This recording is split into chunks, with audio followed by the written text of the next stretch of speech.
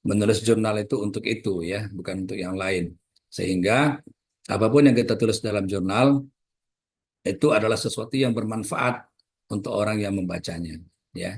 Itu dulu yang harus kita niatkan. Yang kedua, tentang teknis penulisan. Nah, inilah yang akan dibahas oleh Dr. Rudi ya, pada hari ini, dan Dr. Amir ya. Bagaimana teknisnya silahkan dipelajari ya. Dan tentunya tidak ada yang tidak bisa ya. Kalau kita melakukannya dengan sungguh-sungguh, insya Allah bisa ya. Dan nanti dengan kita aktif menulis di jurnal ilmiah ini, maka kita akan tersambung ke scholar-scholar seluruh dunia ya. Jadi bagaimana orang-orang membaca tulisan kita, lalu dia berhubungan dengan kita ya, itu akan tergambar ya. Pengalaman saya misalnya diminta untuk apa, mereview jurnal Scopus Triindex Q1 misalnya, itu karena tulisan-tulisan saya gitu ya.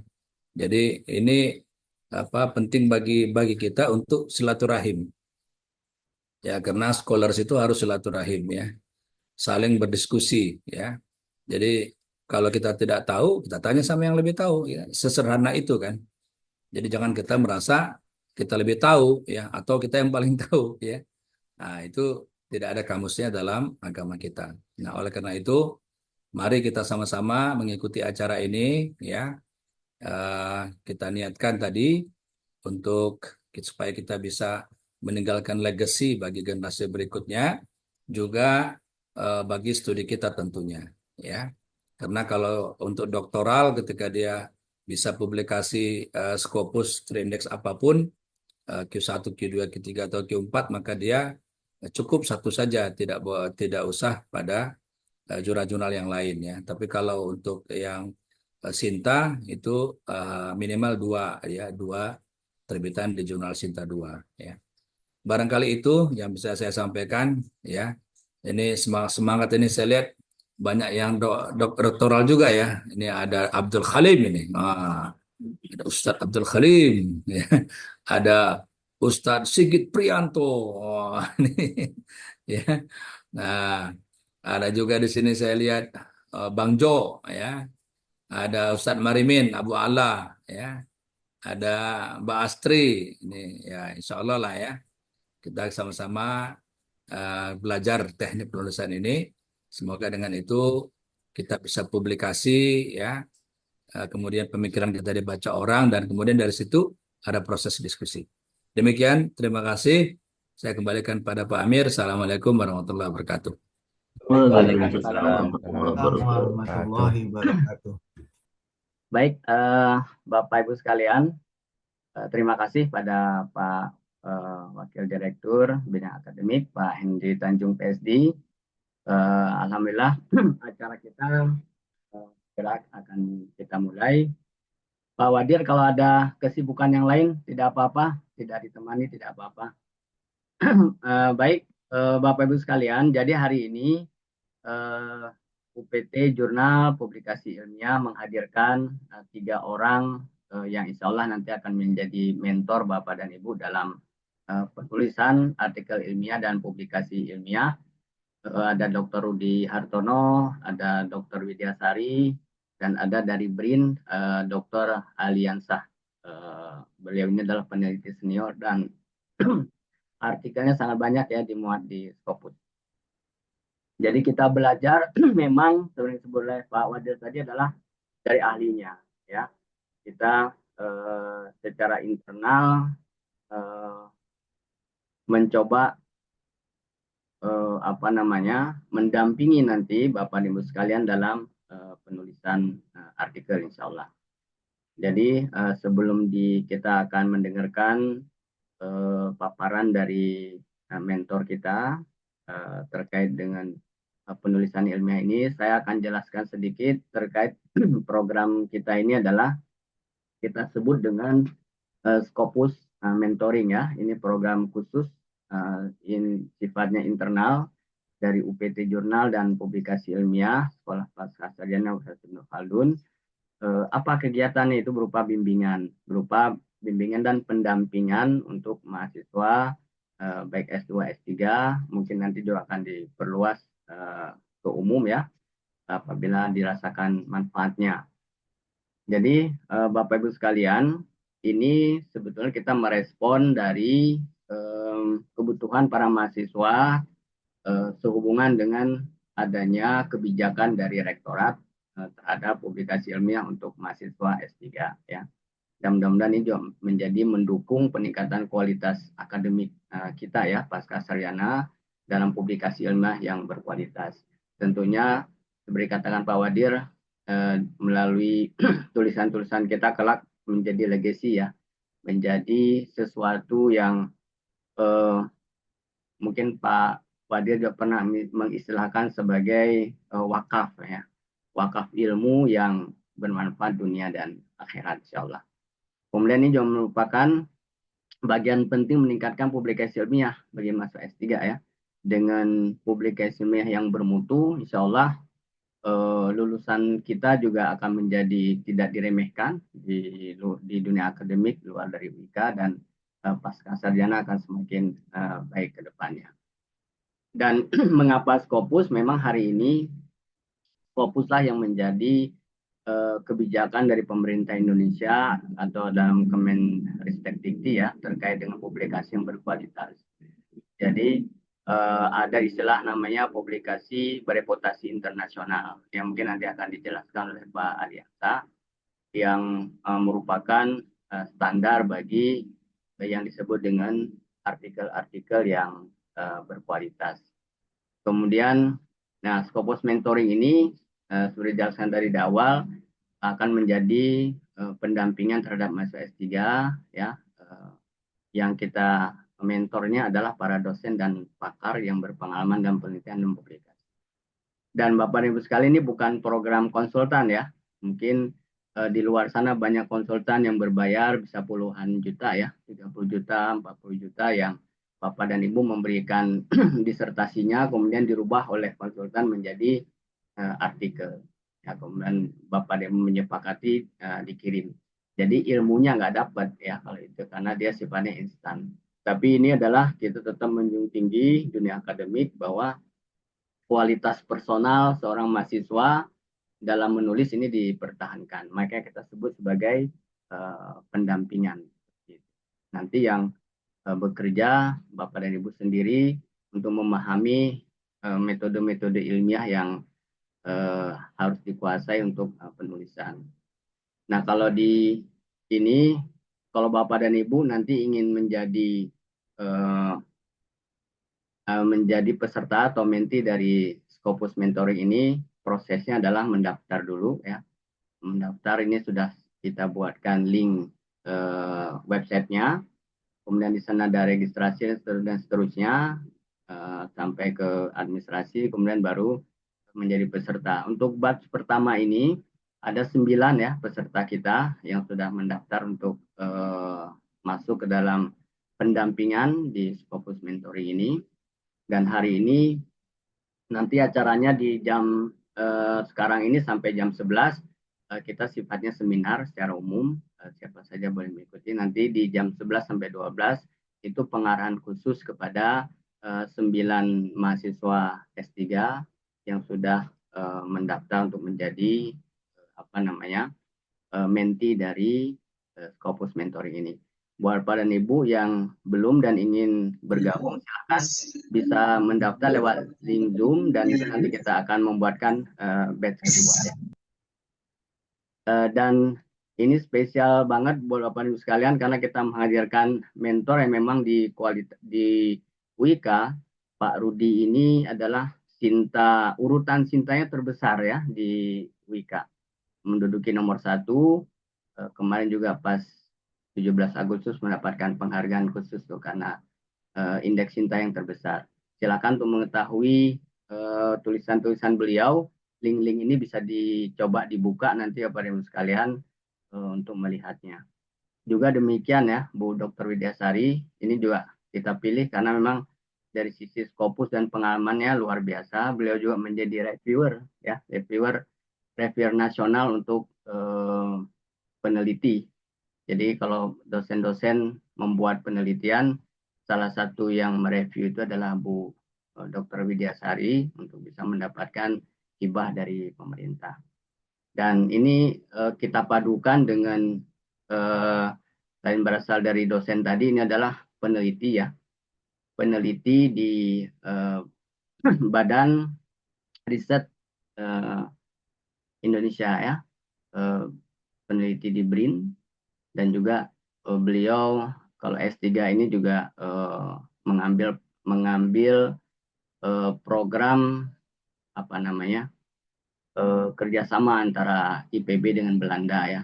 Nah, jadi tulisan-tulisan internasional buat beliau sudah sangat sangat terbiasa.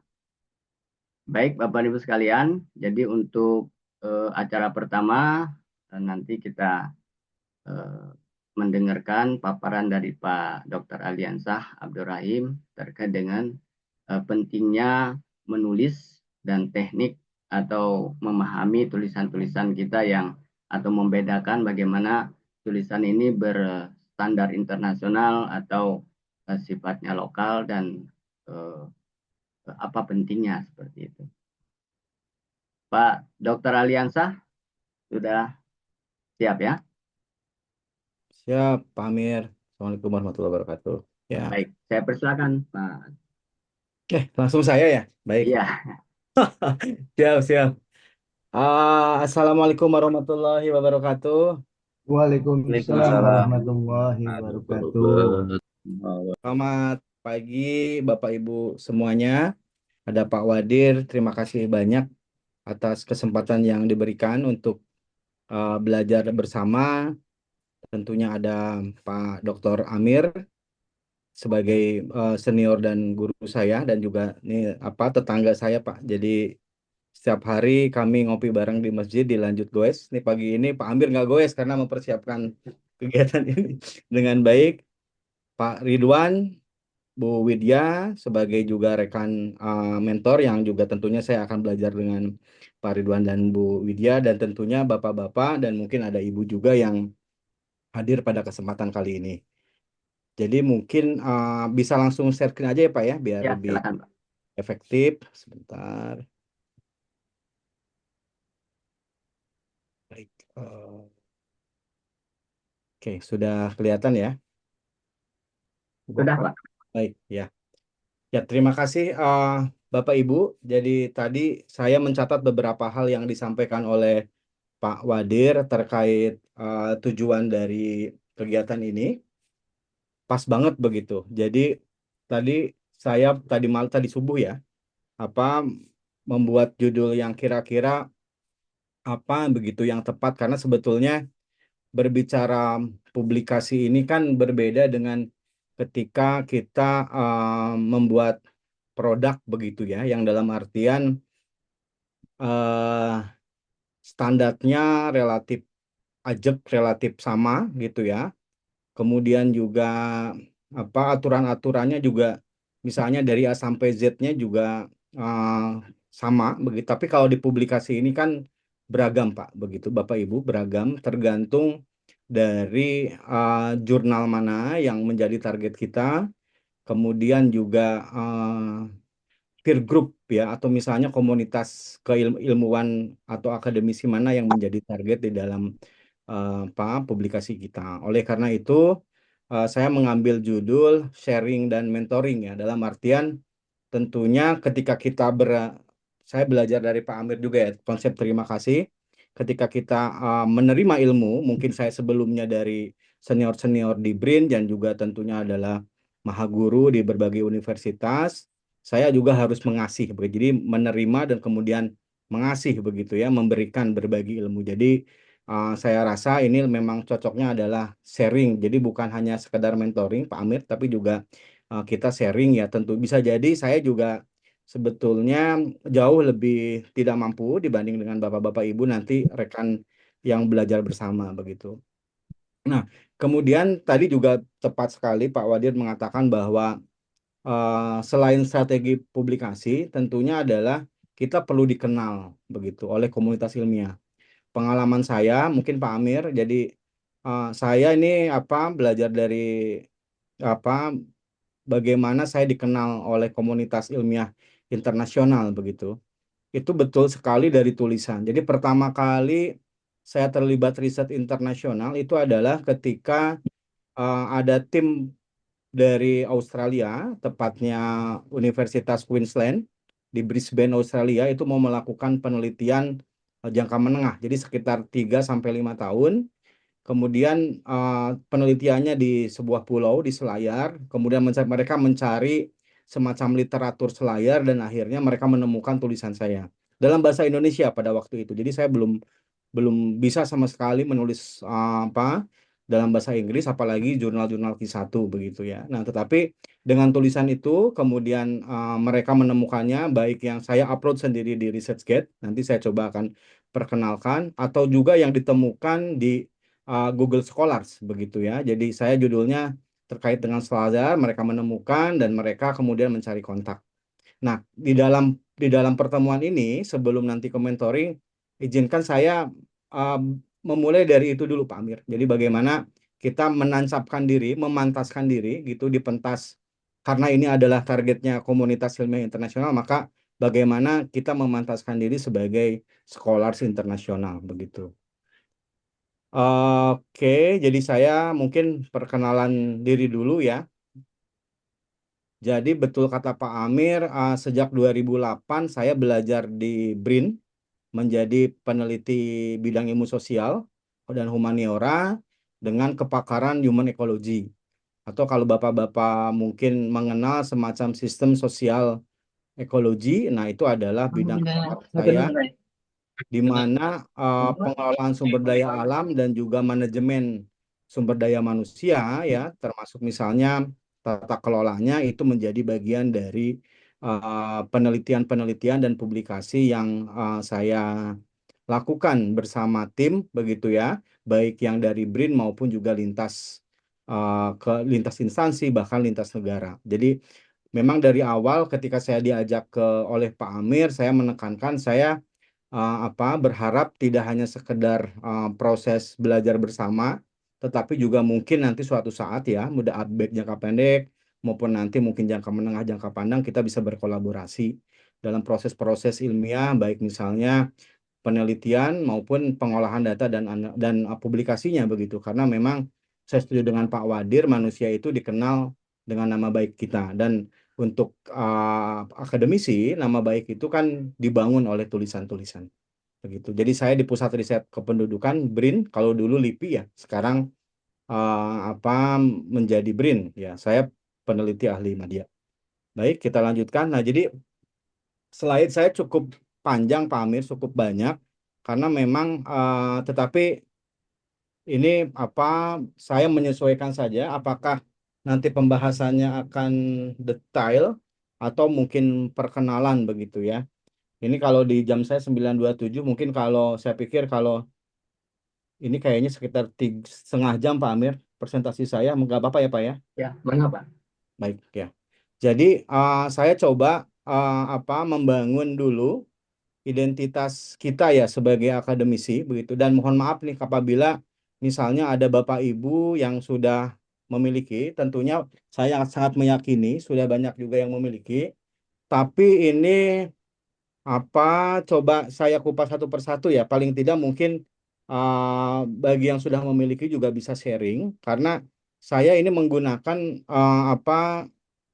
semacam outline yang biasa saya gunakan ketika saya diminta oleh BRIN untuk memberikan pendampingan penulisan ilmiah. Jadi saya selalu belajar dari awal dulu begitu untuk menunjukkan bahwa kita perlu identitas kita begitu.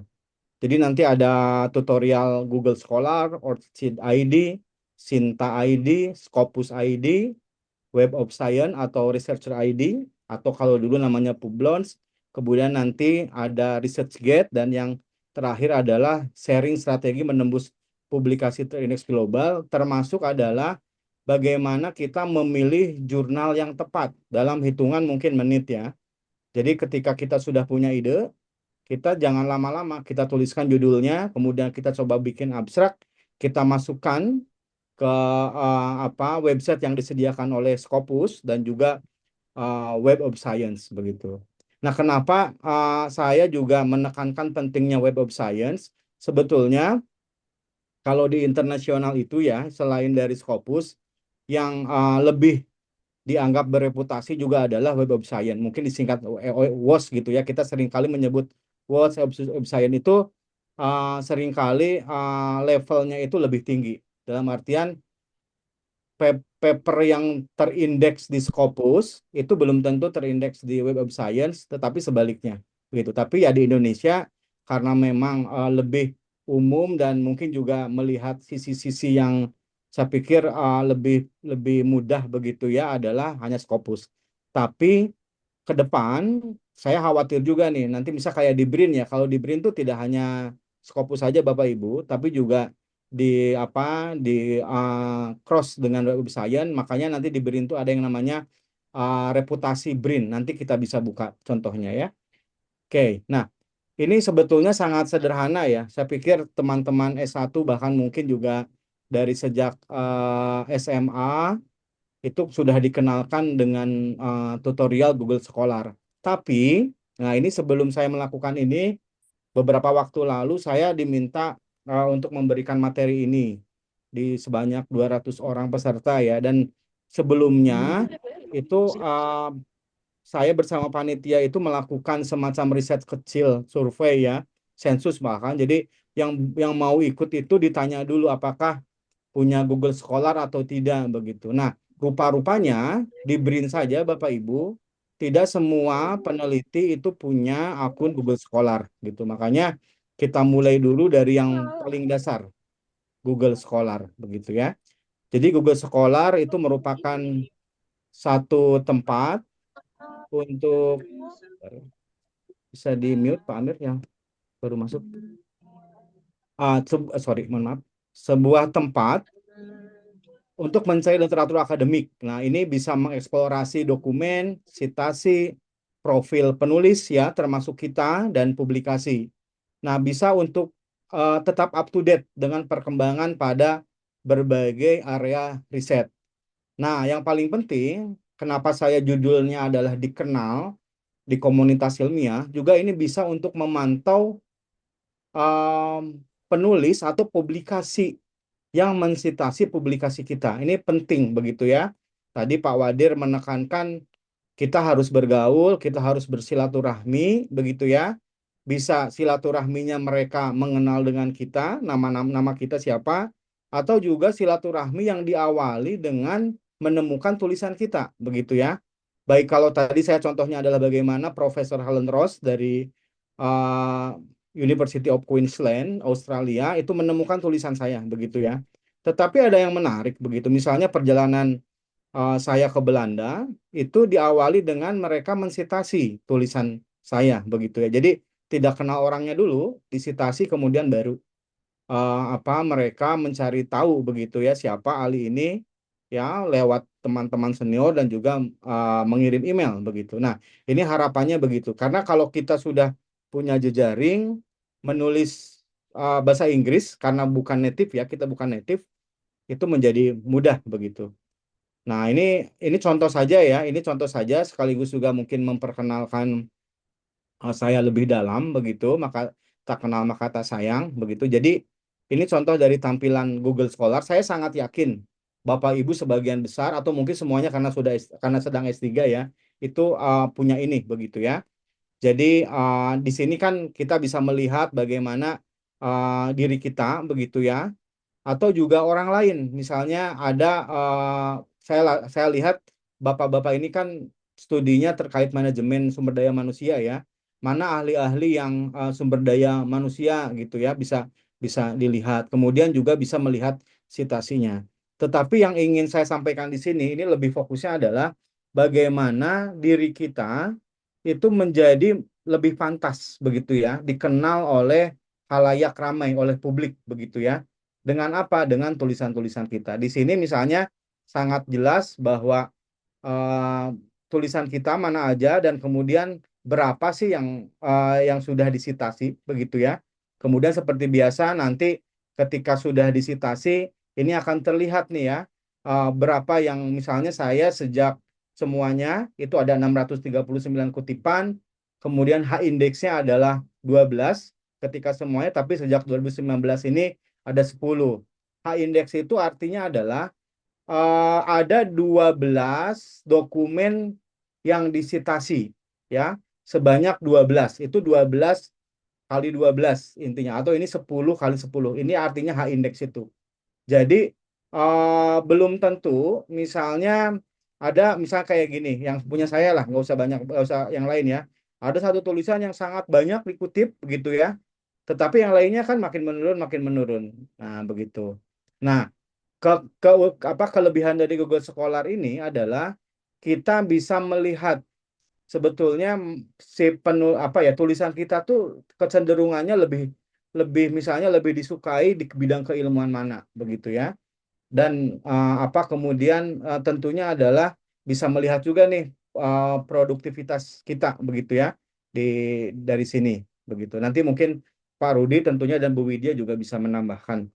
Eh, Kemudian, nah ini sederhana sekali. Nanti saya bisa share apa linknya begitu ya. Jadi tidak akan saya perdalam. Tapi intinya di dalam slide ini saya sudah buatkan bagaimana cara membuat akun Google Scholar. Bagi yang belum punya ya.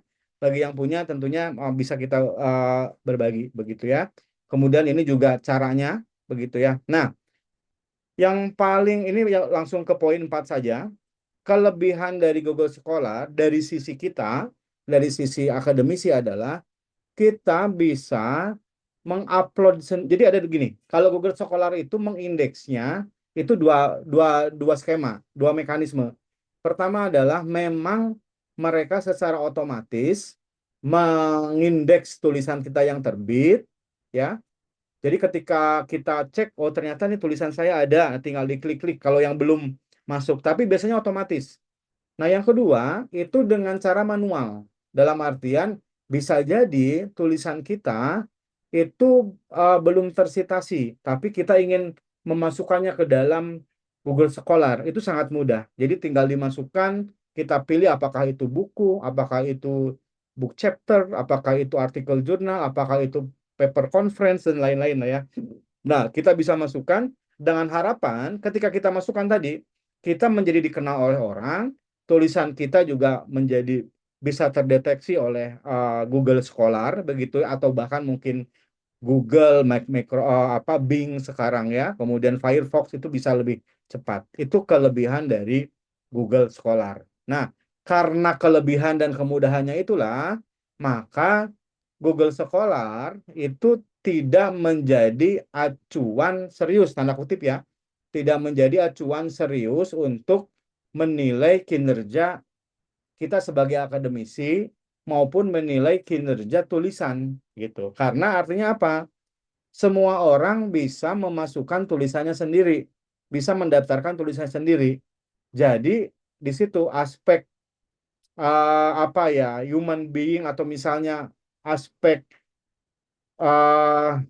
istilahnya netralitasnya itu menjadi gugur begitu karena mudah. Oleh karena itu, kalau dulu setahu saya Google Scholar juga menjadi acuan. Nah, tetapi di Indonesia memang sampai saat ini masih ya, tapi tidak utama. Tapi itu dikawinkan dengan Sinta begitu ya. Jadi ketika kita punya Sinta kan Google Scholar juga menjadi salah satu kontributor nilai Sinta kita begitu ya.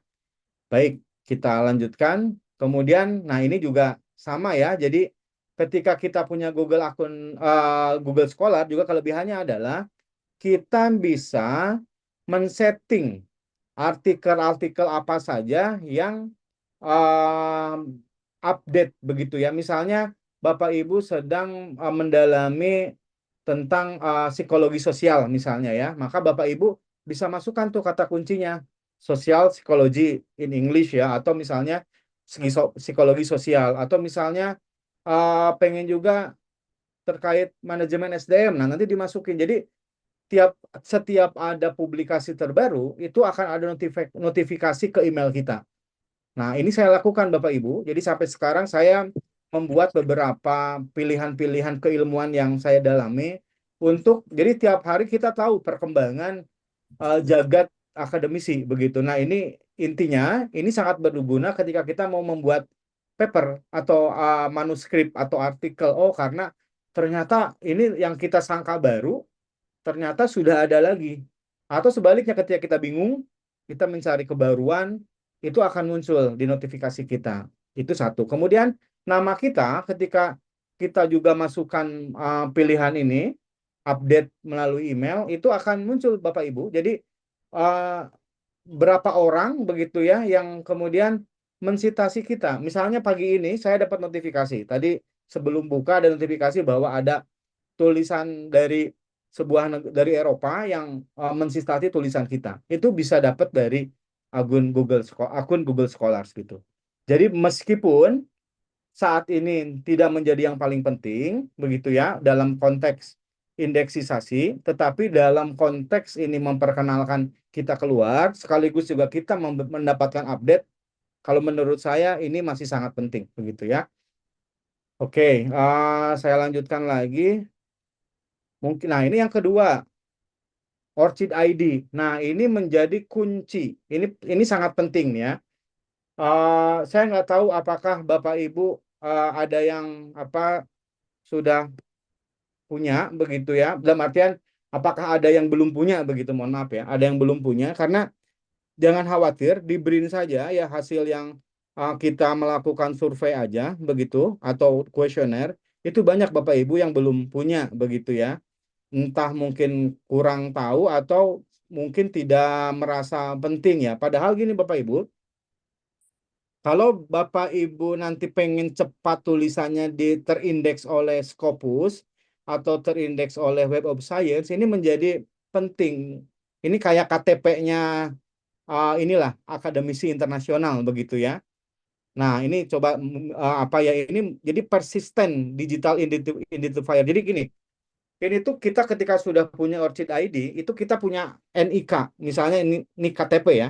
Jadi hanya satu-satunya. Jadi setiap tulisan kita masuk, kemudian ketika kita melakukan submit begitu ya, submit jurnal, kan ada yang suka meminta ini. Nah, ini akan mempermudah kita terindeks. Misalnya ketika coba nanti Bapak Ibu cek ya, apakah Bapak Ibu pernah punya tulisan internasional atau tidak. Tapi sampai saat ini misalnya belum terindeks Scopus begitu ya. Jangan-jangan memang ketika dulu submit ya, itu tidak didaftarkan Orchid ID-nya atau memang belum punya begitu ya. Nah, jadi ini menjadi sangat penting. Nanti saya pikir kita bisa sharing tentang ini ya. Ada Pak Rudi juga dan Pak Rudi juga cukup banyak tulisannya begitu, cukup produktif. Jadi bisa kita sharing. Nah, kemudian membedakan dengan penulis atau preset lainnya. Karena kalau di Orchid ID ini kayak semacam daftar riwayat hidup Bapak Ibu. Jadi Bapak Ibu kerja di mana, kemudian afiliasinya mana, begitu ya. Kemudian juga publikasi-publikasinya mana. Nah, kalau yang ini, Orchid ID ini persis kayak Google Scholar. Jadi kita kombinasi. Bisa terdeteksi oleh website Orchid ID-nya, atau juga memang kita bisa masukkan atau rekomendasikan beberapa yang belum kita terindeks. Jadi misalnya kita terkait dengan afiliasi kita punya afiliasinya 2 misalnya. Oh ternyata belum terindeks nih oleh Scopus atau oleh Web of Science, maka kita bisa lewat Orchid ID begitu. Kita tambahkan, nanti otomatis ketika ada tulisan kita berikutnya ini menjadi masuk begitu. Nah, Orchid ID juga ini terkoneksi dengan Scopus, Web of Science, dan misalnya juga kayak misalnya sekarang saya lagi diminta untuk mereview. Nah, sebagai reviewer juga diminta oleh misalnya Ecosystem and People, itu Q1 Scopus, itu juga diminta Orchid ID-nya. Karena nanti akan terkoneksi dengan kepakaran kita dan pengalaman kita mereview. Begitu. Nah, kemudian ini ya berguna ketika nama kita sering ditemui begitu. Jadi ini menaikkan rating lah ya, rating nama kita. Dan juga ketika nama kita makin sering ditemui berarti lebih mudah orang untuk menemukan kita, mengajak kolaborasi baik penelitian, nulis, mungkin kayak gini ya, berbagi sumber dan lain-lain. Kemudian ini dapat digunakan untuk login ke akun-akun lain. Misalnya akun Researcher ID begitu ya. Jadi Researcher ID ini eh, punyanya Web of Science. Kemudian untuk juga daftar submit ke jurnal bereputasi global lainnya. Banyak sekali yang membutuhkan. Nah, ini contoh ya, Bapak Ibu. Ini contoh saya screenshot tadi subuh, begitu ya. Sebelum ketemu Pak Amir di masjid, saya coba screenshot misalnya. Nah, ini eh, nanti kita bisa praktek ya, tapi ini tampilan awal saja. Jadi di sini Bapak Ibu bisa dilihat nih ya, misalnya kita bisa mendaftarkan email mana saja yang terafiliasi oleh dengan kita, begitu ya. Kemudian ini juga bisa link-link mana, misalnya saya punya Scopus ID, saya punya Web of Science, ini loop ini punyanya Frontiers. Jadi grupnya Frontiers ini punya loops. Saya Profils tuh saya juga terindeks di MDPI. Meskipun mohon maaf kalau di BRIN sekarang MDPI nggak bisa dijadikan tempat untuk publish ya, tetapi saya tetap menghargai mereka mengindeks saya begitu ya. Jadi, nah kemudian ini nanti dari mulai atas ada biografi kita, nanti bisa diklik, kemudian ada pengalaman kita kerja di mana. Ini Bapak Ibu bisa lihat. Ini dulu kan namanya LIPI, kemudian berubah menjadi BRIN. Nanti ke bawah itu adalah publikasi-publikasi kita, begitu ya. Nah, ini nanti kita perdalam saja di di sesi berikutnya atau mungkin di tanya jawab. Nah, ini saya sertakan ya membuat langkah-langkah membuat akun Orchid ya. Nanti Bapak Ibu bisa buka sendiri. Nanti saya akan share ke Pak Amir. Nanti Pak Amir bisa share ke Bapak Ibu semuanya, begitu ya. Nanti bisa ikutin petunjuk ini, begitu. Nah, nanti seperti inilah ya. Nanti bagaimana misalnya prosesnya. Ini saya coba buat detail karena pada waktu itu saya sekali lagi ternyata masih banyak yang belum punya begitu. Jadi saya harus bikin dengan detail di BRIN itu. Oke ya. Nah, yang berikutnya ini tutorial Sinta ID. Bagi teman-teman yang dosen atau akademisi di kampus ya di bawah Kemendikbud, dulu Kemenristek Dikti ya. Ini menjadi sesuatu saya rasa yang mungkin saya nggak tahu Pak Amir apakah ini wajib atau tidak begitu. Tapi kalau di BRIN ini pilihan. Jadi kalau di BRIN memang tidak semua peneliti itu punya Sinta ID begitu ya. Dan tidak semua juga bukan tidak semua. Penelitian-penelitian di BRIN itu tidak masuk atau tidak diindeks oleh Sinta. Nah, Kalau saya dosen wajib Pak Ali. wajib ya, makasih. Nah, itu betul. Nah, ini saya juga nanti kalau ininya UIK mungkin wajib ya, afiliasinya. Ini afiliasi BRIN nggak wajib Pak Amir, tapi saya menggunakan ini untuk tadi Pak Amir, kayak kita ngaca diri gitu ya. Pengen tahu sejauh mana sih kita ini apa di bukan bukan orangnya ya, tetapi tulisan-tulisan kita direcognize oleh teman-teman akademisi atau peneliti yang lain. Jadi ini sama begitu ya.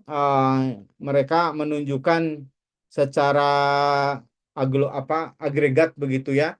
Dari Scopus, high index saya 7, misalnya di Web of Science 5, kemudian di Google Scholars-nya itu adalah 11. Tapi Pak Amir yang terkait kayak apa ya, Bima nggak ngerti lah. Penelitian-penelitian itu memang di BRIN tuh tidak masuk Pak Amir begitu. Jadi ini mungkin saya tadi harus belajar sama Pak Rudi ya sebagai dosen dengan Sinta ID urutan pertama di UIK begitu. Nih jadi tapi waktu itu di BRIN sekali lagi saya tetap jelaskan biar teman-teman juga mungkin tertarik ya begitu ya. Jadi nanti bisa. Nah, ini mungkin ya inti dari presentasi ini dan juga inti dari pertemuan hari ini dan selanjutnya adalah bagaimana agar kita dan tulisan kita itu terindeks oleh Scopus begitu ya. Nah, ini saya jelaskan dulu. Jadi untuk Scopus ini memang unik ya. Ini berbeda dengan Google Scholars dan berbeda dengan tadi Sinta yang kita bisa mendaftar begitu. Jadi kalau Scopus ID ini ya, makasih bentar ada Ale. Ya, lagi itu dulu, lagi meeting dulu. Sama Bibi dulu. Kamu Maaf ya Bapak Ibu. Oke, selamat weekend. Baik, duduk nggak boleh. Nah, jadi gini. Jadi persyaratan untuk memperoleh Scopus ID ini minimal kita harus punya satu publikasi terindeks Scopus, begitu ya. Bisa proceeding, artikel jurnal atau book chapter, begitu. Jadi berbeda dengan Google Scholar yang kita bisa mendaftar manual atau tadi nanti juga sama ya, Research Lab bisa daftar manual atau misalnya Sinta bisa daftar manual. Kalau Scopus ID tidak bisa. Itu adalah yang memberikan adalah Scopusnya ketika kita sudah ada minimal satu publikasi terindeks Scopus. Baik itu proceeding ya, conference paper kayak misalnya semacam IOP, IEEE dan lain-lain, kemudian artikel jurnal dan book chapter. Nah, yang namanya proceeding ini kan diterbitkan oleh panitia seminar ya, bersama dengan rumah publikasi yang memang ada proses peer review-nya dan kemudian juga sudah teruji. Nah, makanya Bapak Ibu juga menjadi sangat penting nih, jangan sampai misalnya kan suka ada iming-iming ikut konferensi internasional. Nah, tetapi hemat saya kalau tanpa ujungnya adalah publikasi terindeks Scopus, lebih baik dihindari, apalagi kalau bayarnya cukup besar ya. Kan ada yang sampai misalnya 5 juta, mungkin range 3 juta sampai 5 juta. Nah, tetapi kalau memang misalnya itu dipastikan akan terindeks Scopus, itu bisa. Meskipun klaim panitia itu juga bisa kita uji, nanti ada caranya juga, apakah itu betul akan terindeks Scopus atau tidak, begitu ya. Nah, kemudian akun Scopus personal baru bisa diaktifkan jika penulis sudah memiliki lebih dari satu publikasi terindeks Scopus. Ini hampir sama ya penjelasannya yang saya jelaskan sebelumnya. Nah, ini posisi Scopus saya per tadi subuh, begitu ya. Jadi ini Bapak Ibu kurang lebih tampilan dari Scopus, begitu. Jadi nanti ketika kita sudah ada publikasi, ini nama kita di sini, kemudian juga nama afiliasi kita saat ini, begitu ya. Tapi Bapak Ibu juga sebetulnya bisa memiliki aplikasi lebih dari satu yang terindeks Scopus, misalnya ya. Ketika misalnya saya tidak tahu ya apakah dalam peraturan sekarang ini misalnya saya boleh nggak punya afiliasi di UIK. Tapi kalau di IPB saya boleh begitu karena saya punya pengalaman sekolah di IPB begitu ya. BRIN juga memperbolehkan dan tentunya IPB menjadi sangat senang karena setiap publikasi yang saya terbitkan itu akan menambah H-index IPB begitu ya, begitu atau Wageningen. Jadi nanti saya akan saya tunjukkan saya terafiliasi di mana saja dan diindeks oleh Scopus begitu ya. Nah, di sini ini berapa sih citasi kita begitu dalam artian berapa banyak tulisan yang mensitasi kita begitu ya. Jadi ada 288 citasi oleh 250 dokumen begitu ya. Nah, publikasi saya ada 18 dokumen, bisa paper tadi atau misalnya artikel, jurnal dan juga book chapter, kemudian H-index saya 7 begitu. Berarti 7 itu artinya kayak gini. Ada 7 minimal 7 citasi begitu ya di 7 dokumen kita begitu. Nanti bisa kita perdalam lagi apa artinya kayak gini. Nah, ini tampilannya saya mulai dari 2019 begitu ya, publikasi bersama dosen-dosen di Australia begitu. Kemudian bertambah dan ini citasi tahun 2023 kalau tahun ini tadi pagi 53 tulisan citasi saya begitu ya. Kemudian ini kepakaran saya, keilmuan saya lebih banyak di sini begitu ya. Kemudian juga di sini ada dokumen, metrik begitu, autor dan lain-lain. Kalau ada waktu kita akan detailkan lebih detail lagi begitu. Ini baru screenshot ya. Jadi pengantar saja begitu. Kemudian, nah ini bagaimana sih cara-cara memperoleh ID Scopus begitu ya? Bapak Ibu bisa coba sekarang mungkin ya buka scopus.com begitunya cek. Siapa tahu kita sudah ada Scopus ID-nya begitu ya. Ketik nah misalnya masuk ke sini kemudian nanti ketemu ini nih ini beranda awal dari Scopus ya. Kursor saya kelihatan ya Pak Amir? Kalau saya gerak-gerak kelihatan nggak? Kelihatan Pak, kelihatan. Oke. Nah ini kan ada dokumen, ada outdoor ya. Jadi kita sebagai author kita masukin nih Bapak Ibu nama kita misalnya nama saya Abdul Rahim. Nama belakang Abdul Rahim, nama belakang Ali. Nanti akan muncul begitu ya. Ada berapa Abdul Rahim? Kalau misalnya nama kita satu-satunya, biasanya cuma satu begitu ya. Nah contohnya ya, nah ini contoh saja. Nah ini akan muncul nih, misalnya ada Abdul Rahim Aliansah. Oh ternyata saya juga di beberapa paper, misalnya ditulis nih namanya adalah Yansa Abdurrahim Ali.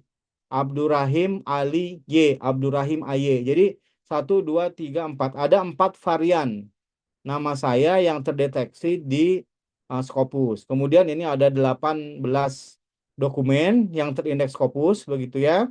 Kemudian saat ini saya afiliasinya di BRIN begitu. Ini Jakarta kemudian Indonesia begitu ya. Nah, ini apa nanti ketika diklik akan muncul seperti ini. Akan muncul seperti ini Bapak Ibu begitu ya. Oke. Coba sekarang mungkin karena Scopus ya, biar kita praktek saja langsung. Scopus. Pak Ali, punten. Siap. Share Enggak, screen-nya nggak kelihatan di saya ya. yang mana? Yang baru, yang ini ya. Karena Yang Scopus. lagi saya tutup Pak. Ini mau saya buka dulu Scopusnya. Oh iya ya. Ya, kita buka dulu Pak. Oke. Nah, sebentar saya mau share screen. Pak Rudi, kalau saya keliru mohon dikoreksi ya Pak. Mangga, mangga. Siap. Nah, Tampil, Pak. siap. Nah, misalnya kita mulai dari baru ya. Misalnya Bapak Ibu bisa praktek langsung. Kita cari aja misalnya mana loadingnya scopus.com begitu ya.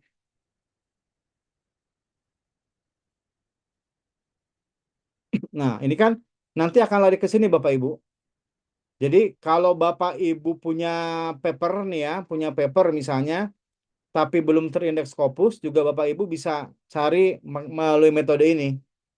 Jadi misalnya, Bapak Ibu mau cari paper, misalnya judul ya, title. Oke, ini misalnya. Tinggal dituliskan aja. Misalnya, saya pernah nulis terkait political misalnya ya, political ecology and morality misalnya.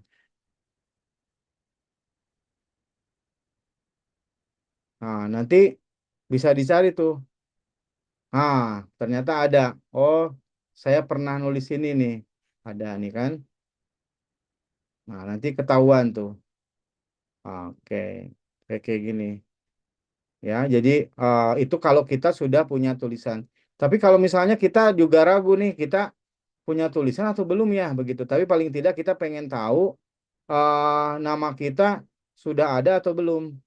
Nah, kita bisa mulai dari author. Kita cari ini, misalnya nama saya sendiri ya, Abdurrahim. Kemudian Ali, sorry, mohon maaf. Belum di enter, mohon maaf, mohon maaf. Nah, outdoor, Abdurrahim. Nah, ini bisa nama depan. Saya bisa pakai Ali saja, atau juga bisa pakai Aliansa. Kita coba misalnya pakai Alias saja. Nah, ini nanti akan muncul Bapak Ibu. Oh, ini. Berarti saya. Nah, Bapak Ibu akan lihat afiliasi saya begitu ya. Jadi saya berarti afiliasinya di BRIN. Kemudian saya IPB University begitu ya. Kemudian LIPI dulu. Nah, ini 11 Maret sebetulnya bukan saya yang klaim ya. Tetapi waktu itu ada bimbingan saya dari Universitas 11 Maret Saya nggak tahu. Mungkin pas waktu submit papernya, dia memasukkan afiliasi saya Universitas 11 Maret begitu. Jadi ini muncul saja begitu. Nah, kemudian Wageningen University and Research karena memang juga saya doktoral saya di Wageningen di Belanda begitu. Nah, di sini bisa terlihat Pak Amir begitu. Jadi sebetulnya ini bicara-bicara kalau kita di masjid ya, di musola ya. Jadi peningkatan indeks kampus juga itu ditentukan oleh afiliasi ini Pak Amir begitu. Jadi semakin kita banyak berkolaborasi, kemudian apalagi misalnya si penulisnya itu memang berkenan atau diperbolehkan punya double afiliasi, itu semakin dia produktif, maka bukan hanya si penelitinya, si penulisnya, tetapi juga kampusnya. Ini termasuk juga di mahasiswa-mahasiswa pasca sarjana gitu. Makanya menjadi sangat rasional mengapa kampus itu mendukung para mahasiswanya untuk bahkan mewajibkan atau bisa ada yang lebih bagus lagi memberikan semacam apa ya insentif ya bagi mahasiswa yang bisa terbit karena ini Pak Amir ini menaikkan indeks dari afiliasi begitu ya. Kita lihat misalnya profil saya tadi kembali. Nah, tadi yang saya jadi ini badan riset ya. Jadi saya di badan riset, kemudian juga ini bisa dilihat nih ya. Sebetulnya saya ini juga menjadi kayak semacam menjadi semacam riwayat hidup saya, riwayat hidup kita sebagai penulis. Ini ada profil ya, profil autor di sini juga kelihatan, di sini juga mohon maaf kelihatan. Nah, ini Orchid yang saya sebutkan tadi. Jadi Orchid itu kayak KTP kita di komunitas internasional begitu. Ini Orchidnya, kemudian ini history kelembagaan saya begitu ya. Ini kayak gini. Kemudian ini keilmuan saya dan ini tidak gini. Bedanya Scopus ini kita tidak melakukan kayak semacam intervensi begitu ya. Jadi ini memang Scopus yang melakukannya sendiri begitu, beda dengan yang lain. Nah, yang menarik juga di Scopus sekarang ada semacam pencarian potensi untuk nulis bareng begitu. Nah, misalnya kayak gini. Nah, ini lagi proses nih. Nah, ternyata saya belum ada nih potensi apa untuk nulis bareng misalnya yang dipertemukan oleh Scopus begitu. Mungkin semakin banyak tulisan itu semakin ada peluang begitu. Nah, kalau yang di sini kita lihat ya Orchid ID. Begitu kita klik nih Orchid ID, ini kita akan nyambung ke yang Orchid ID kita. Nah, ini. Jadi nyambung ini ke afiliasi, ini kemudian nyambung ke tulisan-tulisan kita. Nah, tulisan-tulisan kita itu baik yang dia terindeks Web of Science atau yang terindeks Scopus. Misalnya ya, ada yang Nah, oke.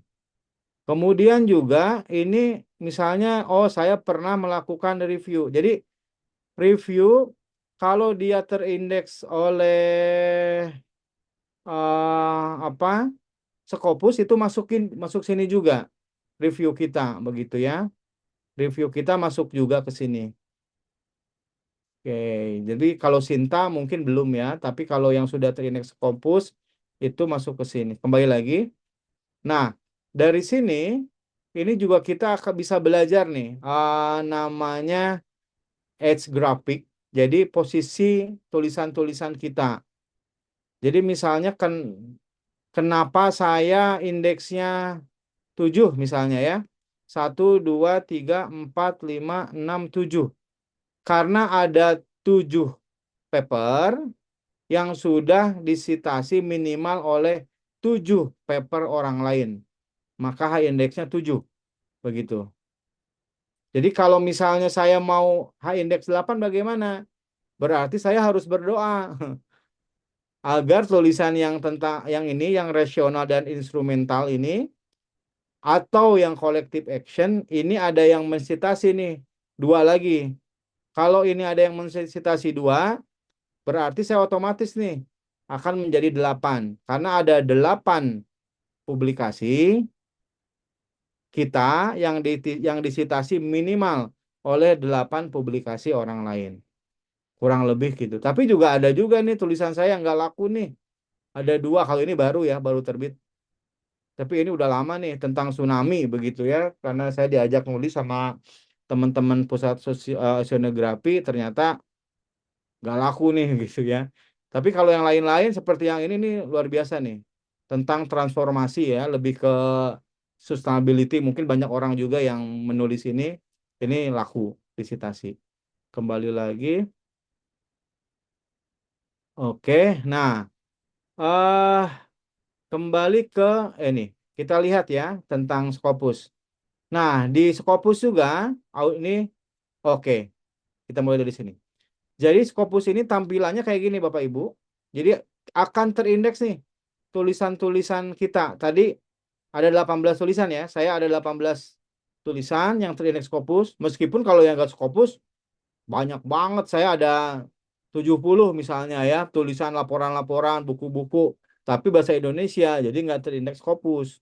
Begitu. Ini cukup banyak. Misalnya kita bisa juga gunakan kayak gini Bapak Ibu. Jadi dari mulai yang tertinggi. Nah, ini tulisan yang ini lebih tinggi. Nah, ini ya, ini karena kita masuk ke sharing dan mentoring, Bapak Ibu bisa lihat ya, Bapak Ibu. eh ini kita bicara fakta ya, bukan untuk membanding, ya saya pikir pasti harus membandingkan. Kenapa misalnya kita sebagai pemain baru lah, relatif baru kan, saya juga baru 2019 nulis. Itu rasa-rasanya ya, kalau kita nulis sendiri begitu ya, atau tidak ada tanda kutip ya profesor yang luas yang besar begitu ya, the great professor, itu kok sedikit banget ya yang ngutip tulisan kita. Nih Pak Rudi nanti bisa sharing. Dan faktanya emang begitu Pak. Jadi kalau misalnya ini karena saya nulis bareng sama Prof. Fasey, ini profesor di Inggris. Dulu waktu saya berkenalan dia di Dundee University, jadi saya sempat ke Skotlandia, tapi sekarang dia di York University. Itu banyak banget yang citasi begitu ya. Kemudian juga ini profesor pembimbing saya di Wageningen saat ini ya. Ini Profesor Van Norwijk. Itu juga luar biasa nih tulisannya. 42 begitu ya. Ini Profesor Helen Ross, ini profesor saya di Brisbane di University of Queensland. Ini kampusnya Pak Aba juga, Pak Amir begitu. Ini cukup lumayan begitu ya. Ini sekarang di Tasmania University nih, Crook juga. Ini lumayan lah ya. Tapi ketika misalnya tulisan sendiri misalnya nih ya, saya menjadi penulis pertama begitu ya. Ini lambat begitu ya, 9, tapi ini termasuk lumayan begitu. Kemudian juga ini, padahal ini Q1 nih ya, ini Q1 nih, ini Q1, ini juga lambat begitu ya, apalagi ke bawah begitu. Next ya. Jadi saya menemukan apa? Hah? Jadi saya muncul, takut saya. Muncul nggak? Mohon maaf, Pak Amir muncul nggak? Ada WhatsApp nih. Muncul Pak, sudah. Oke, siap. Nah, jadi ternyata ya kalau teman-teman yang belajar SLR, Systematic Literature Review, gitu Pak. Jadi ada kayak gimana ya, yang kaya makin kaya, itu juga rasa-rasanya ya, ini rasa-rasanya, tapi bisa jadi mungkin saya keliru. Itu juga terjadi di dunia akademisi itu. Jadi kalau misalnya gini ya, taruhlah profesor saya namanya yang sekarang, Profesor Mene Van Norwijk, kan beliau itu ahli agroforestry. Karena beliau memang dari tekun gitu ya, nulis agroforestry begitu. Jadi begitu orang SLR, Systematic Literature Review, begitu cari kata kunci agroforestry, itu akan muncul nama dia, nama beliau, beserta publikasi terbaru begitu. Nah, oleh karena itu otomatis kan akan mensitasi kan, dan kita yang menjadi misalnya koautor itu menjadi terangkat nih namanya. Begitu, Pak Amir, Bapak-bapak, Ibu-ibu, begitu ya, kayak gitu. Sama juga nih, karena misalnya Profesor Helen Ross ini kepakarannya terkait manajemen di pesisir, begitu ya. Ketika ada orang mau menuliskan itu, maka dia akan terangkat, begitu kan. Selain tentunya memang ada orang juga yang punya target dalam artian, oh saya memang mengagumi nih profesor itu. Maka kan akan mencoba mencari tulisannya, begitu. Jadi poin penting yang barusan itu, paragraf yang terakhir itu adalah saya juga kembali lagi ke tadi pembukaan Pak Wadir, memang pentingnya kolaborasi, begitu.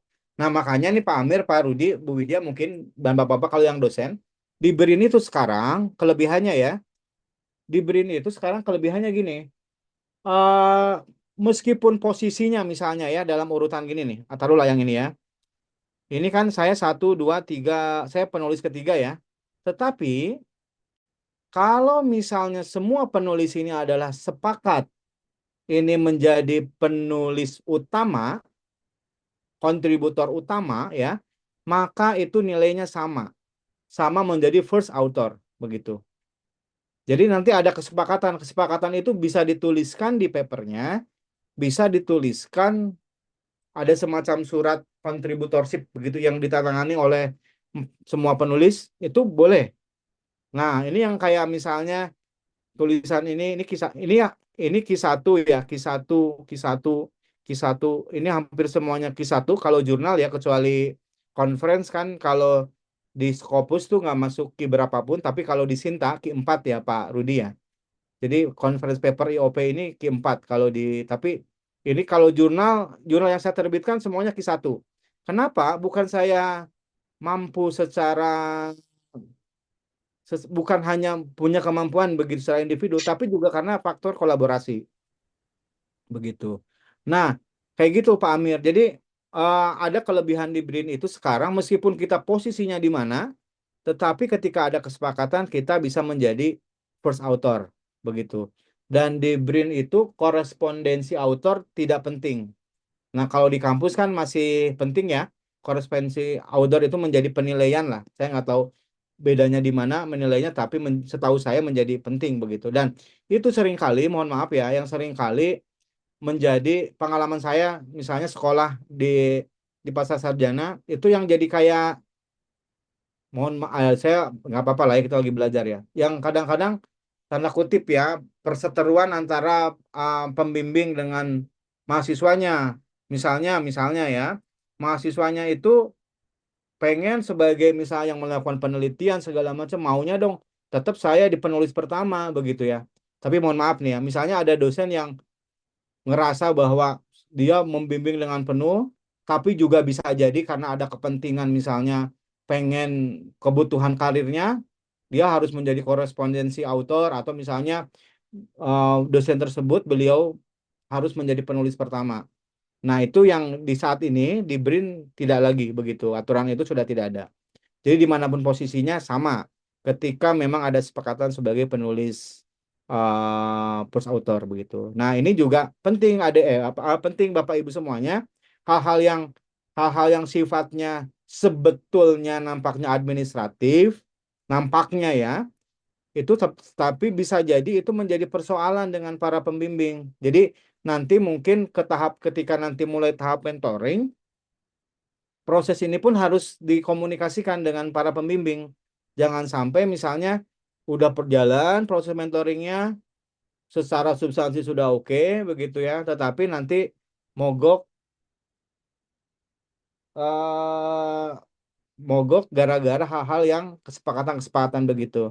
Oke ya, lanjutkan. Ini oke, soal maaf panjangan saya. Lanjutkan lagi ke PowerPoint ya, sedikit lagi sih Pak. Bentar, sebentar. Oke, share PowerPoint. Baik ya, tadi sampai ke Scopus. Nah, berikutnya adalah yang Web of Science, atau juga dikenal dengan Researcher ID. Jadi kita punya Researcher ID nih. Kalau ini Ini kayak semacam ini sih Bapak Ibu kalau pendaftarannya ya. Pendaftarannya persis kayak Google Scholars. Jadi Bapak Ibu bisa daftar sendiri, tetapi pengindeksisasinya itu oleh Web of Science, nggak bisa oleh kita. Begitu. Jadi daftarnya boleh sendiri, tapi indeksasinya otomatis oleh Web of Science-nya. Jadi ini ID unik untuk menghubungkan kita ke publikasi dalam jaringan Web of Science-nya begitu ya. Kemudian membantu membedakan penulis dapat diperoleh dengan membuat akun di Publons atau sekarang menjadi Clarivate ya. Terus kemudian dapat dihubungkan dengan ORCID ID. Ini contohnya yang punya saya. Ini juga hampir sama ya. Tampilan awalnya memuat identitas Aliansah Abdurrahim. Nah, ini menjadi penting nih. Bapak Ibu ada tulisan Akademi Graduate ya. Jadi eh, kelebihan Web of Science itu punya sekolahannya Bapak Ibu, punya akademinya. Itu gratis ya. Jadi ada yang jangka pendek, jadi semacam kayak hanya pelatihan mungkin hanya 2 jam begitu ya. Tapi ada yang dia itu sampai 12 pertemuan. Nah, ketik 12 pertemuan itu khusus kalau kita ikut akademi menjadi reviewer. Nah, itu menjadi penting ya akademi reviewer. Selain tadi meningkatkan jejaring kita, itu juga kita akan belajar bagaimana sih perspektif kita sebagai reviewer begitu. Kan kadang-kadang kesulitan kita nulis di jurnal itu gara-gara reviewernya galak atau misalnya nggak sesuai dengan keinginan reviewer. Nah, ketika kita belajar di akademisinya Web of Science, nah apalagi lulus, nanti di pertemuan terakhir itu kita dipertemukan dengan mentor, beberapa profesor ya, gratis Pak. Jadi perlu dicoba begitu ya. Nah, nanti akan dapat kayak semacam badge gini. Oke, ini hampir sama. Nah, ini ya, yang tadi saya bilang kenapa ORCID ini menjadi penting. Semuanya tersambung dengan KTP akademik kita. Begitu. Kemudian ini publish nama, jadi ada beberapa nama saya. Kemudian ini juga afiliasi saya pernah misalnya menulis dengan afiliasi ini. Kemudian ini kategori keilmuan saya. Ini hampir sama.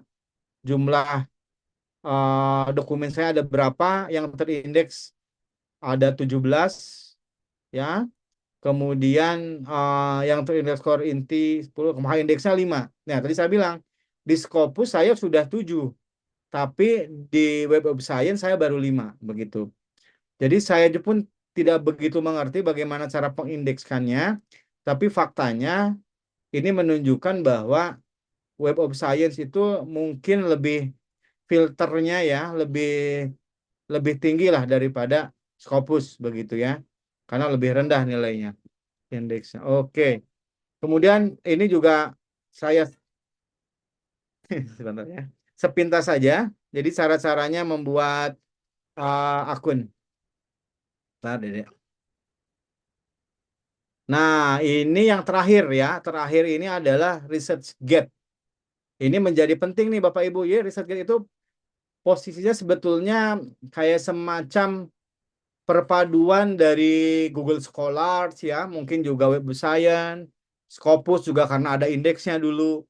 Kemudian dan bisa berkomunikasi antar author begitu ya. Ini sangat penting nih. Sangat penting begitu ya. Jadi Bapak Ibu mungkin kalau yang saat ini belum punya Scopus ID atau website ID, penting untuk membuat ini dulu begitu ya. Ini persis kayak Google Scholars, pendaftarannya maksud saya. Ini mudah sekali. Jadi Bapak Ibu tinggal masukin identitas, afiliasi, email, dan lain-lain begitu ya.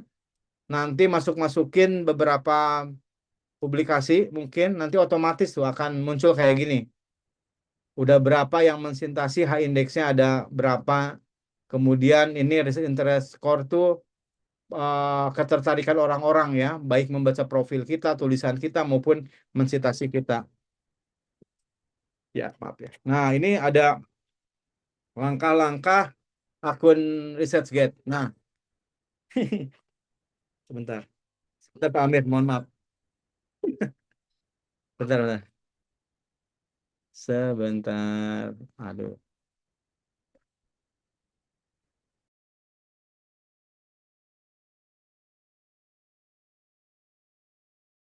Maaf. Nih, ponakannya Pak Amir nih. Ale. Ya, Oke. ya. Ale. Oke, nah ini nanti perlu dibuat nih kalau ini cepet ya Bapak Ibu ya. Jadi mungkin nanti habis zuhur Bapak Ibu bisa bikin sendiri langsung. Nah, ada lagi yang, ini mungkin ini misalnya strategi menembus nah ini sebetulnya hampir semua sama lah. Bapak Ibu bisa googling menembus ini hampir-hampir kayak gini lah ya. Temukan motivasi, rajin baca, untuk cari ide, kemudian manfaatkan potensi dari data sekunder, tingkatkan kapasitas. Tapi ini seiring sejalan sih kalau pengalaman saya, seiring sejalan dalam artian kalau kita masuk tuh pasti sudah ada yang menemukan, nanti akan ada yang menemukan kita. Ini juga, tapi ini beberapa ini ya website bisa Bapak Ibu cek. Nah ini kan suka ada kayak gini nih. Nah, tapi ini penting saya bacakan. Hindari jebakan perfeksionisme. Nah kadang-kadang kan gini, takut dikena reviewnya atau ini Q1, takut saya gagal. Ya kalau kita nggak submit, nggak bakal tahu kan mau gagal mau diterima kan submit saja gitu ya. Tentunya dengan persiapan kita pelajari polanya begitu ya. eh Bila mendapatkan tawaran menelaah boleh diterima. Ini kalau review ya boleh lah. Tapi jangan terlalu sering juga karena mungkin takutnya energi ya. Nah ini menjadi penting nih. Kan suka ada perdebatan nih sekarang. Kuantitas versus kualitas begitu ya. Kalau pengalaman saya begitu, kualitas itu meningkat seiring meningkatnya output. Jadi kualitas itu meningkat seiring meningkatnya kuantitas. Nah, saya jadi ingat betul tuh begitu dulu sempat saya mau publikasi yang di IOP itu Profesor Halenus nggak mau karena dia bilang IOP itu bagi dia itu nggak bagus lah ya, mas bukan nggak bagus, nggak penting. Yang penting itu di artikel jurnal. Tapi saya bilang saya harus belajar dari OOP dulu. Akhirnya beliau mengizinkan dan ya tadi kuantitas itu mendorong kualitas. Ini ada beberapa ada apa ya blog bagus. Jadi Bapak Ibu bisa baca ini bagaimana kita menulis tetap semangat menulis. Ini oke. Ini sebetulnya ada berapa slide. Nah, ini kriteria jurnal yang tepat. Pertama ya, kita lihat reputasinya. Reputasi itu bisa kita lihat dari side score dan impact faktornya. Ini yang menentukan indeks. Tadi bisa Scopus, bisa Science, atau sekarang itu ada yang namanya reputasi BRIN, Pak Amir, Pak Rudi, Peneliti. Jadi bisa dilihat nanti ini apakah bereputasi global saja, apakah global menengah, apa global bereputasi tinggi. Itu persis kayak Q1, Q2, Q3, Q4 lah kurang lebih kayak gitu. Kemudian proses dan kepastiannya. Jadi rating acceptance, jadi artian kemungkinan possibility untuk diterima. Kemudian waktu untuk penentuan ini loh keputusan. Ini kan menjadi penting. Kadang-kadang kita sebagai mahasiswa pasca kan dikejar-kejar untuk misalnya saya nggak tahu ada yang untuk keperluan sidang, ada yang untuk keperluan seminar, ada yang keperluan lulus begitu ya. Itu penting. Nah, maka penting ini waktu pertama menentukan bahwa ini adalah under review. Berarti kalau under review itu potensi untuk diterima besar. Tapi kalau di awal sudah rejected itu juga nggak apa otomatis harus cari jurnal lain begitu ya. Nah, ini menjadi penting. Kemudian time to publication. Kemudian tipe publikasi. Jurnal with subscription. Jadi misalnya jurnal yang berbayar. Kita harus berbayar. Kemudian kenapa? Karena orang lain pun kalau mau mendapatkan paper kita itu harus bayar. Nah, ini ada yang namanya embargo period. Misalnya selama 2 tahun akan dikunci, setelah 2 tahun baru dibuka gitu kan. Atau jurnal yang menawarkan gold open access. Jadi ini bisa dibuka. Nah, biasanya tapi jurnal-jurnal yang kayak gini ini memerlukan APC, Article Processing Price begitu ya. Nah, ini yang perlu saya tegaskan ya. Jadi ada kesan bahwa yang jurnal berbayar dalam artian APC itu adalah jurnal yang yang jelek begitu ya. Belum tentu. Karena beberapa misalnya jurnal Q1 hampir semua yang saya hampir semua dalam artian sebagian besar itu memang harus bayar begitu. Tapi karena saya beruntung yang bayarin itu adalah kampus-kampus. Jadi misalnya ketika saya di Queensland University yang bayar Queensland, ketika saya di Wageningen yang bayar Wageningen. Ketika di IPB itu reimburse. Nah, itu reimburse tuh kadang-kadang malas-malas juga kan. Makanya kan reimburse tuh belum tentu juga. Saya kalau di IPB nanti di reimburse. Saya tanya lagi misalnya ke orang dalam, ke Ical, Pak Amir.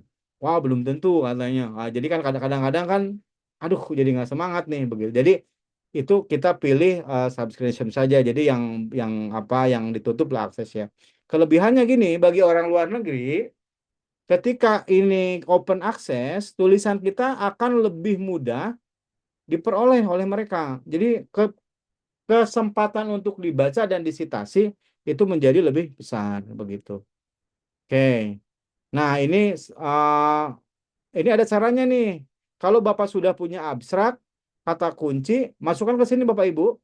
Ada yang namanya Match Manuscript punyanya Web of Science atau Journal Finder punyanya Scopus. Kemudian setelah itu pilih jurnalnya, kita lihat indeksnya. Ini sederhana. Misalnya ya, sebelum saya publikasi, ini pengalaman saya masukkan judulnya nih, Opportunities in Community Government Cooperation to Maintain Marine. Masukin sini, copy, paste. Abstraknya copy, paste. Klik Find Jurnal, nanti muncul nih pilihan-pilihannya. Gitu ya. Oh, ini cocoknya ke sini nih. Nah, akhirnya ini misalnya yang saya screenshot ada 2. Ekologi indikator, ekosistem service saya lihat. Terus kemudian kita tinggal pelajari deh profil page-nya. Berapa dia tadi, H indeksnya berapa, kemudian berapa lama dia penentuan keputusan pertama, berapa lama dia terbit, itu akan muncul. Begitu ya. Kemudian atau ke sini, Journal Finder punya Scopus. Ya, masukin judulnya, kemudian abstraknya, kata kuncinya, kemudian ini bidang keilmuannya, klik Payung Jurnal. Nah, ini akan muncul nih Bapak Ibu. Ya. Oh, ini yang tadi saya bilang side score. Oh, ini skornya tinggi nih. 11,2. Impact faktornya segini. Kemudian ini kemungkinan diterimanya 19%. Berarti lebih banyak yang nggak diterima. Ini kemudian time untuk decision-nya ini, kemudian akhirnya dipelajari bayarnya berapa, biayanya berapa, dikompilasi yang tadi temuan yang si WOS, maka saya bilang ke pembimbing saya waktu itu di Brisbane, Prof, saya maunya di ecosystem services. Akhirnya saya pelajari ecosystem servicesnya, bagaimana pola-polanya, kemudian yang draft paper kita itu kita sesuaikan dengan pola yang di sini, submit, review, ya kayak gitulah proses berikutnya. Sakit kepala, pusing, sedih, di mana ya misalnya dianggap tulisan kita nggak bagus oleh reviewer ya, itu suka duka jadi penulis lah ya. Tapi mungkin ketika kita menjadi reviewer juga akan melakukan itu karena harapannya kan tulisannya bagus begitu ya. Oke, saya pikir itu Pak. Oh, setelah itu ya, ini kan misalnya Bapak Ibu yang belum tahu, ini Q1 Q2-nya dicari dari mana sih? Nah, Bapak Ibu bisa menggunakan ini Bapak Ibu, Simago SJR ya, sjr.com, diklik nanti masukin nama jurnalnya, misalnya nih, oh ternyata Q1. Atau kalau yang BRIN bisa masuk ke peneliti, nanti akan ketahuan jurnal bereputasi tinggi, begitu. Oke, terima kasih. Mohon maaf kalau terlalu panjang, tapi pas lah ya. Ya, 10 pas pas. ya 10.30. Ya. Alhamdulillah. Jadi Bapak dan Ibu, mohon maaf tidak kami buka untuk pertanyaan, karena nanti Bapak dan Ibu juga pasti akan bertemu dengan Pak Ali ya dalam Scopus mentoring. Nah, itu bisa lebih detail nanti termasuk cara membuat akun dan sebagainya. Baik, saya selanjutnya memberikan waktu kepada Pak Dr. Rudi Hartono terkait dengan publikasi ilmiah yang diwajibkan oleh Universitas Ibnu Khaldun ya. Dan saya kira ini program juga dalam rangka kita menyambut kebijakan dari Rektorat Universitas Ibnu Khaldun. Kepada Pak Rudi, saya persilakan Pak.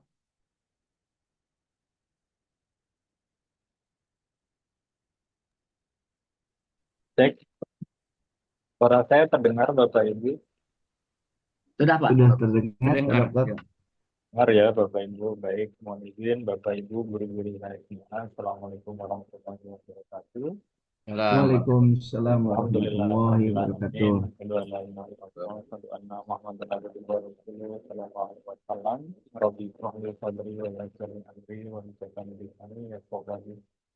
Yang saya hormati Bapak Wakil Direktur, kemudian Bapak Dr. Amir, Pak Adi, Pak Dr. Ali, Bu Dr. Lydia, Bapak Ibu semua, guru-guru saya. Mudah-mudahan semua selalu dalam kondisi sehat, diberikan kelancaran, keberkahan, keberkahan dalam segala aktivitas. Mungkin saya sedikit ya Bapak Ibu, pasti Bapak Ibu sudah menyerap banyak informasi tadi dari Pak Ali berkaitan dengan publikasi Scopus. Mungkin jadi pertanyaan Bapak Ibu semua, kenapa harus fokus ya? Sementara di Permen nomor 53 tahun 2023, mahasiswa program doktor tidak diwajibkan lagi untuk menulis Scopus gitu ya, Bapak Ibu. Mungkin Bapak Ibu sudah membaca itu. Mungkin saya berpijak pada Permen 53 tersebut, kemudian turun lagi ke keputusan rektor ya Bapak Ibu. Ada yang sudah baca Bapak Ibu? Atau baru pertama kali melihat? Jadi Bapak Ibu selama berkuliah di program dokter, kenapa sih harus publikasi Scopus gitu ya? Kalau saya suruh dakwah 2 jam juga hayu, gitu ya. Kalau nulis artikel, nah ini agak repot nih. Kalau kata Ustaz Alim itu, ini luar biasa kalau guru-guru kita ini ya, kalau disuruh menulis artikel yang akan dipublikasikan di Scopus, kemudian menuangkan dalam bentuk sebuah riset, nah agak repot. Jadi Bapak Ibu kita dalami bersama ya Bapak Ibu keputusan Rektor nomor 151 KEP UIK 2024 ya. Bahwa program doktor itu ya sesuai dengan Permen 53 tahun 2023 itu khusus program dokter pasal 20 ya Bapak Ibu bisa akses search di mesin pencarian Papua. Saya turunkan langsung ke bawah ya Bapak Ibu, langsung ke kewajiban Bapak Ibu yang program dokter. Ya. Nah, ini Bapak Ibu berada di poin keempat, jangan salah ya Bapak Ibu. Nanti Bapak Ibu masuk ke poin ketiga, keempat. Oke, mahasiswa program doktor terapan pada setiap program studi dapat menyelesaikan tugas akhir kompetensi kelulusan dalam bentuk satu Bapak Ibu disertasi, gitu ya. Lalu yang kedua rancangan protokol. Jadi kita menggandeng Pak Ali ini pas banget Pak Amir ya, protokol. Lalu luaran proyeknya Bapak Ibu. Kalau luaran proyeknya berbentuk pengembangan sebuah produk, ya itu nanti terlihat ya. Lalu tugas lainnya yang sejenis. Nah, tugas lainnya yang sejenis inilah yang dimaksud dengan publikasi. Ya, publikasinya terindeks Scopus, ya.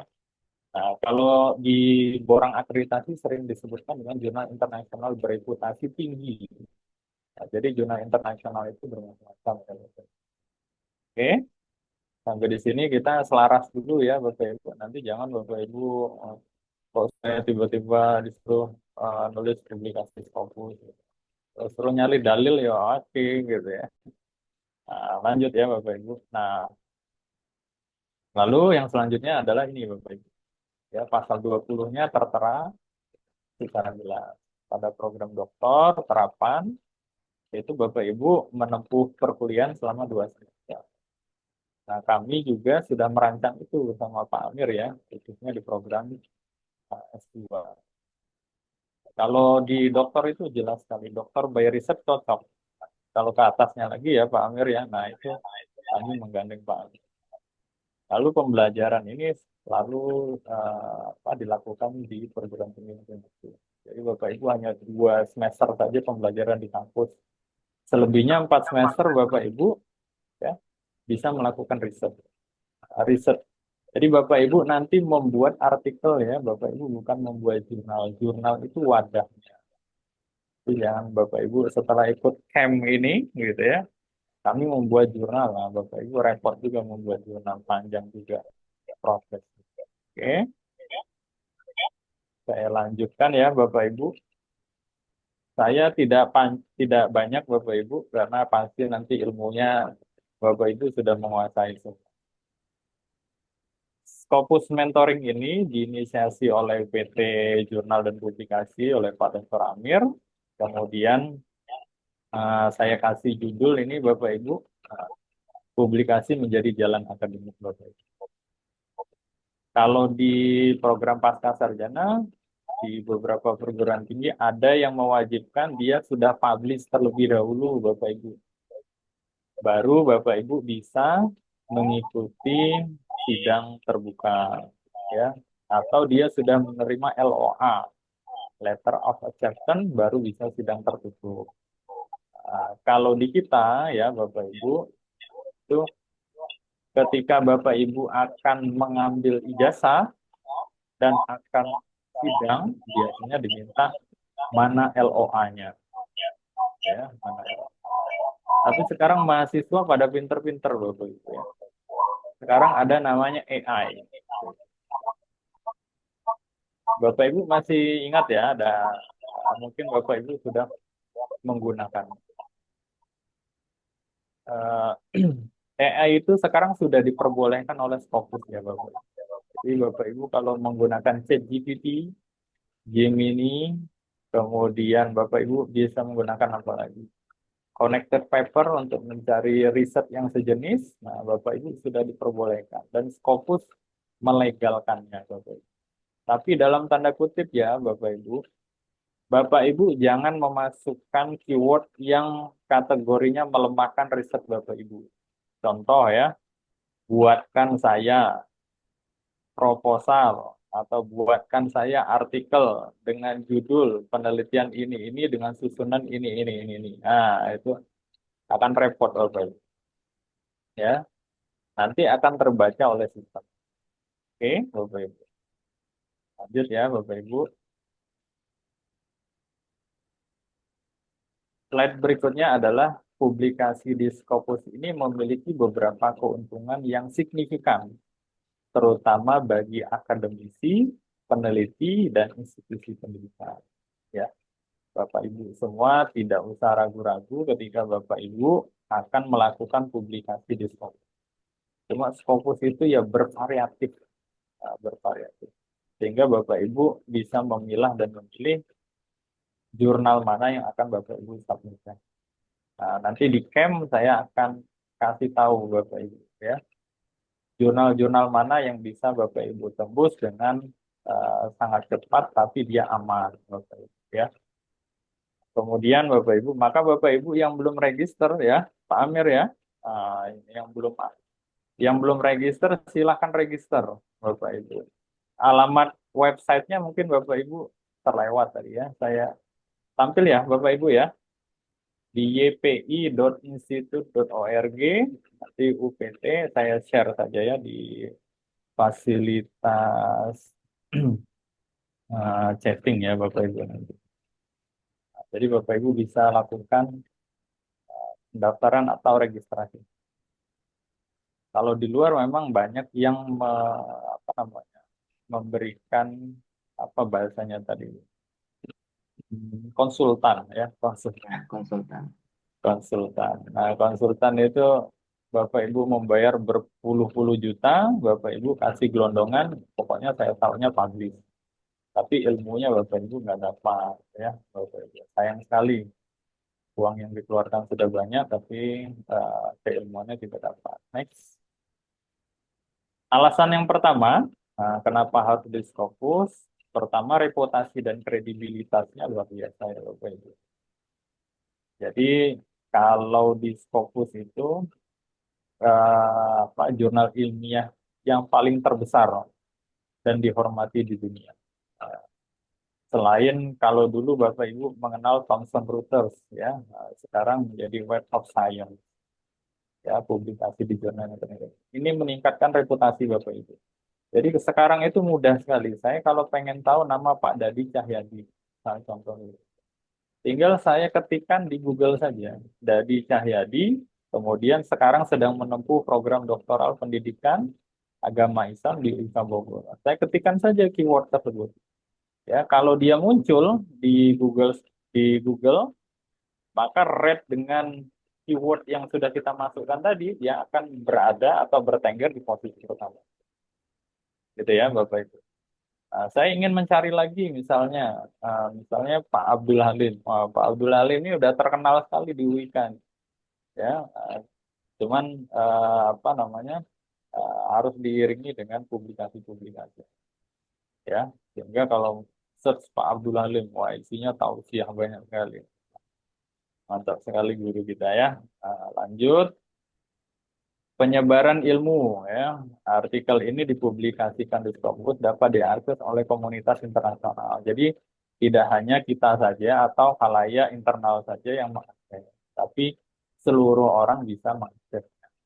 Ya, jadi ada beberapa jurnal juga yang dikunci Bapak Ibu, ya, seperti banyak jurnal di Emerald, ya.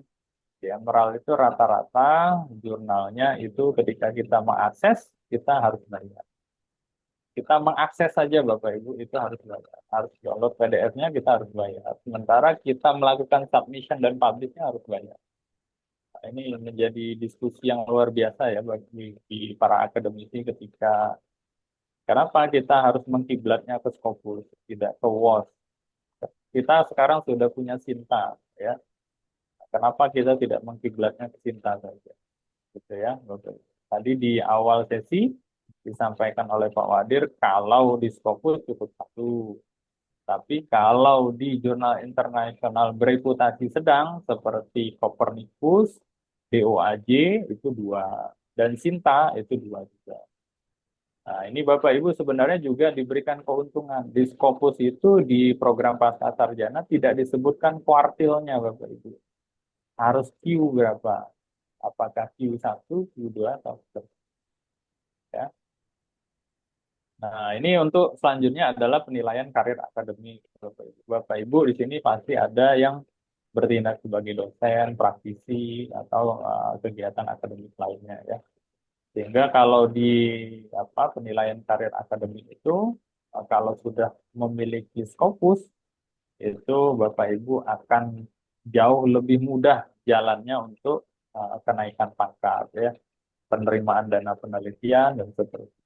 Nah, ini ada gambar link di sebelahnya. Ini adalah salah satu bentuk ketika asesmen lapangan yang dipertanyakan adalah internasionalisasinya.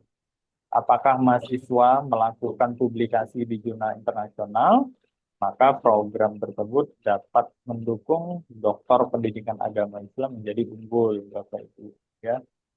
Jadi akreditasi unggul di program studi sekarang banyak sekali. Salah satunya adalah doktor pendidikan agama Islam, ya, kemudian magister teknologi pendidikan dan seterusnya. Next, saya cepat saja Bapak Ibu, mungkin nanti Bapak Ibu ada yang ingin ditanya. Lalu kita lihat dari knowledge Scopusnya. Yang selanjutnya adalah cakupan dan visibilitas. Jadi visibilitas yang lebih tinggi bagi artikel yang dipublikasikan sehingga meningkatkan peluang untuk dikutip. Jadi kalau punya publikasi Bapak Ibu, artikel itu harus memiliki kebermanfaatan. Salah satu bentuk kebermanfaatan adalah penelitian kita dilakukan citasi oleh jurnal-jurnal lain, ya, yang akhirnya akan meningkatkan indeks citasi penulis. Tadi kalau di awal Pak Ali menyampaikan, oh di H-index-nya Google Scholar misalnya ada 11, di Scopus ada H-index-nya 8. Itu sudah tinggi ya Bapak Ibu, tapi jumlah publikasinya sudah banyak. Lalu yang selanjutnya adalah jaminan kualitas. jurnal yang terindeks Scopus umumnya ya Bapak Ibu melalui proses seleksi yang ketat dan peer review, ya, peer review-nya banyak sekali. Tapi ada juga ya Bapak Ibu jurnal Scopus yang tiba-tiba dia publish juga ada. Bapak Ibu pasti sudah mencari ke sana dan kemari, ya, publikasi-publikasi yang memudahkan jalan akademiknya Bapak Ibu dalam menyelesaikan studi. Oke, next, doktor research. Nah, doktor research ini Bapak Ibu kalau saya lihat ya Bapak Ibu di program pasca sarjana ini networking-nya lebih terjaga dengan baik, ya. Sehingga Bapak Ibu kalau melakukan tulisan, melakukan publikasi artikel di jurnal, Bapak Ibu diharapkan berkolaborasi. Ya, kalau kita menggunakan dua afiliasi boleh nggak? Boleh, ya Bapak Ibu boleh. Tapi ID Scopus akan membaca satu biasanya di antara dua tersebut. Karena ketika dua muncul ID Scopus, dia akan minta verifikasi ID mana yang akan kamu minta. Ya, karena misal contoh nama Rudi Hartono, ya. Kalau Bapak Ibu search di Scopus, maka Rudi Hartono itu banyak sekali. Tapi Bapak Ibu search Rudi Hartono affiliation-nya Universitas Ibnu Khaldun Bogor, maka punya saya, ya.